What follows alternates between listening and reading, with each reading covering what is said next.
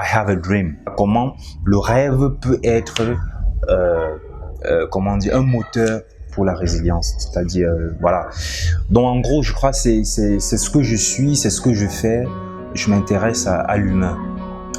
Et ces derniers temps, il y a quelque chose qui revient tout le temps en boucle dans ce que je fais et dans ce que je produis.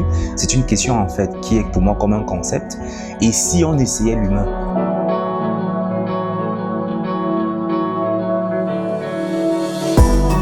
La photographie, ça fait à peu près 7 ans aujourd'hui.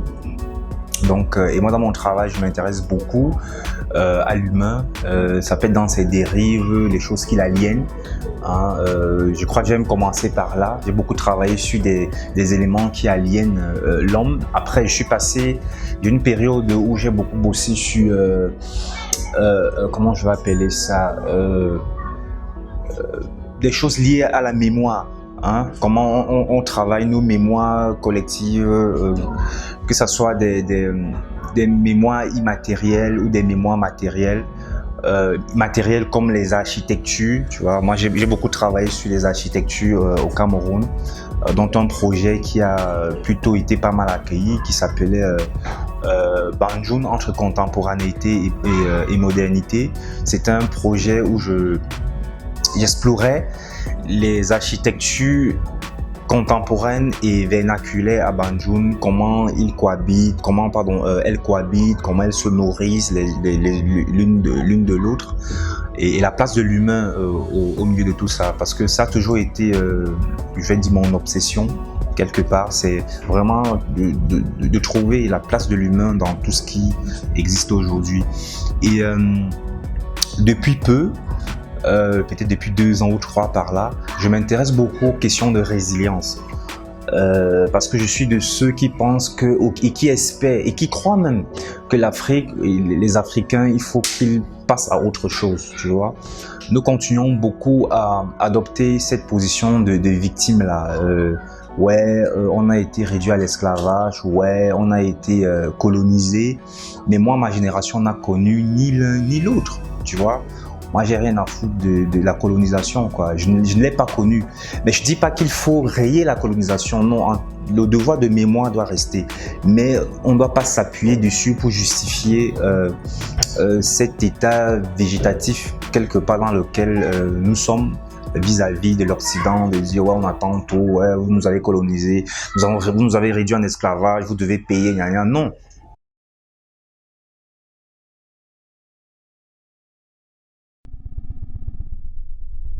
Mais je l'ai mis coup de voilà. Encore j'ai non yelu là ici. Bon, on connaît quelqu'un.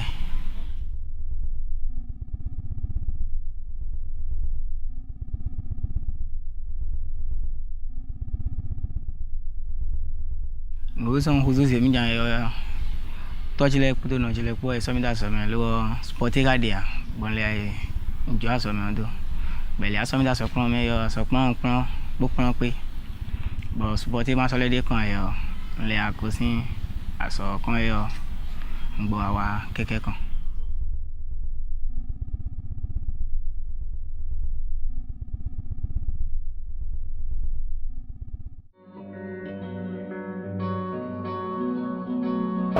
Nous avons l'honneur d'accueillir ce soir l'artiste Yvan Gassam pour son exposition I Have a Dream.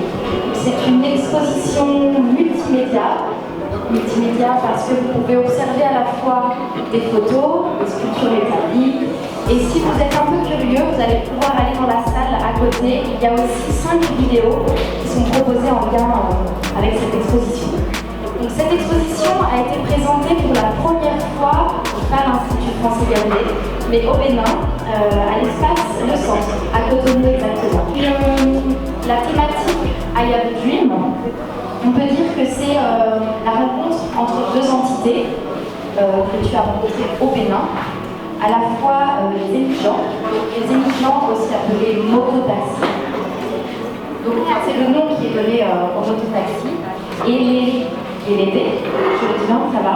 Ok, donc les Guélébés qui est un rite, en fait, les hommes portent des masques, et sur ces masques est inscrit les dérives de la société Et donc l'idée, c'est qu'en faisant ce rite, l'idée est d'exorciser en fait tous ces maux de la société. Donc voilà, Yvon a fait le parallèle, le lien entre ces mototaxis, ces gens, et ce rite-là, pour montrer en quelque sorte que les gens sont comme des psychologues de la société. Voilà. C'est un rêve magnifique. C'est un rêve magnifique parce que c'est un projet qui est né de ma volonté de montrer au monde ce que l'Afrique a d'exceptionnel. C'est-à-dire la participation de l'Afrique à la culture, à l'humanité. D'accord, sa participation, parce qu'aujourd'hui on dit ouais, l'Occident nous amène les technologies, les États-Unis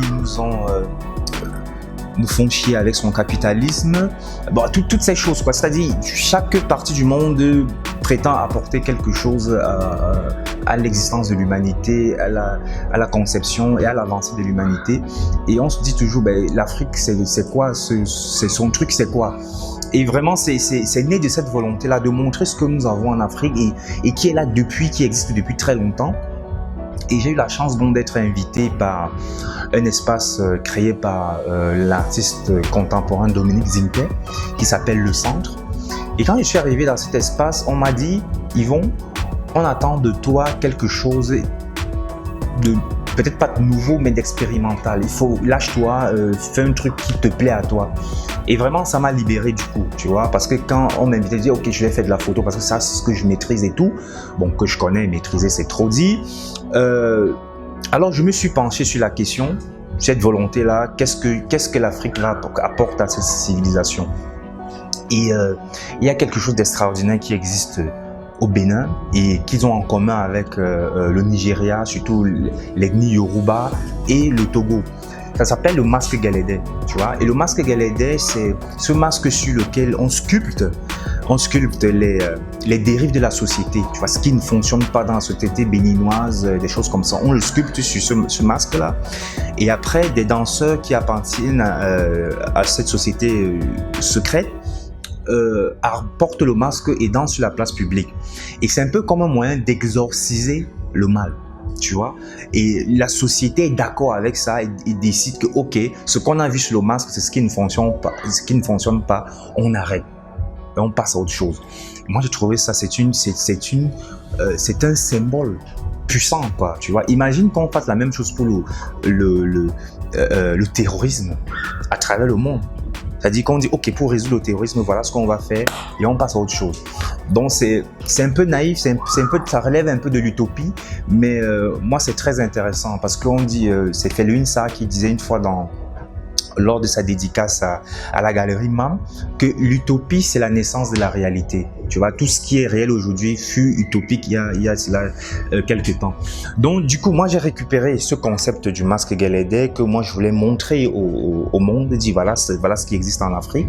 Et j'ai fait rencontrer ce masque-là avec une entité qu'on a aussi en commun avec le Bénin, les mototaximens. Là-bas, ils appellent ça Zeminjan. Et le Zeminjan, tout comme au Bénin ou au Cameroun, il est déshumanisé, tu vois. Ce sont des personnes, des mototaximens sur leur chasuble, on ne note que leur numéro de matricule. Voilà, ils ont des matricules. On les déshumanise. Moi, c'est une forme de déshumanisation, tu vois. Parce que quand tu rentres dans l'univers carcéral, l'une des premières choses qu'on fait, c'est de t'enlever ton nom, ton prénom, et de te donner un matricule. C'est t'enlever ce que tu es en fait. Et moi, je trouve ça assez violent parce que ce sont des personnes, ces émigrants, qu'on côtoie à longueur de journée, tu vois, riches, pauvres, voilà quoi. Tout le monde a eu à prendre un mototaximan à un moment. Et surtout que, quand on prend une moto, on lui raconte ce qui s'est passé de notre journée. On discute avec lui. Voilà, ma femme m'a fait ceci, mes enfants sont têtus, gna gna. Et c'est ce que nous faisons, c'est que en Occident, on paye pour aller se coucher sur le divan d'un psychologue et discuter avec lui. Donc je trouvais qu'ils avaient ça, il y avait ça en commun entre le masque Guélédé et le Zémidjan. C'était tous deux, ces deux entités qui en fait psychanalysent la société. Ils sont des psychologues, les psychologues de la société. Ma compagne m'a fait l'honneur d'être là, de venir avec ma fille. Et c'est quelque chose de très important pour moi aussi.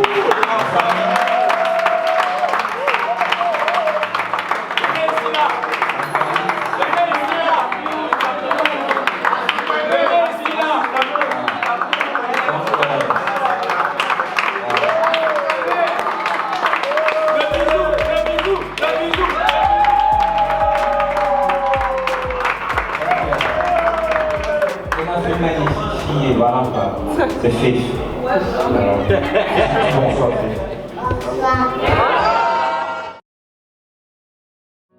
Je ne crois pas que l'espoir ait quitté l'Afrique. Je ne pense pas. Au contraire, je crois que c'est même le moteur de ce que nous sommes aujourd'hui. Le fait que nous puissions continuer de bosser, nous lever le matin et y aller.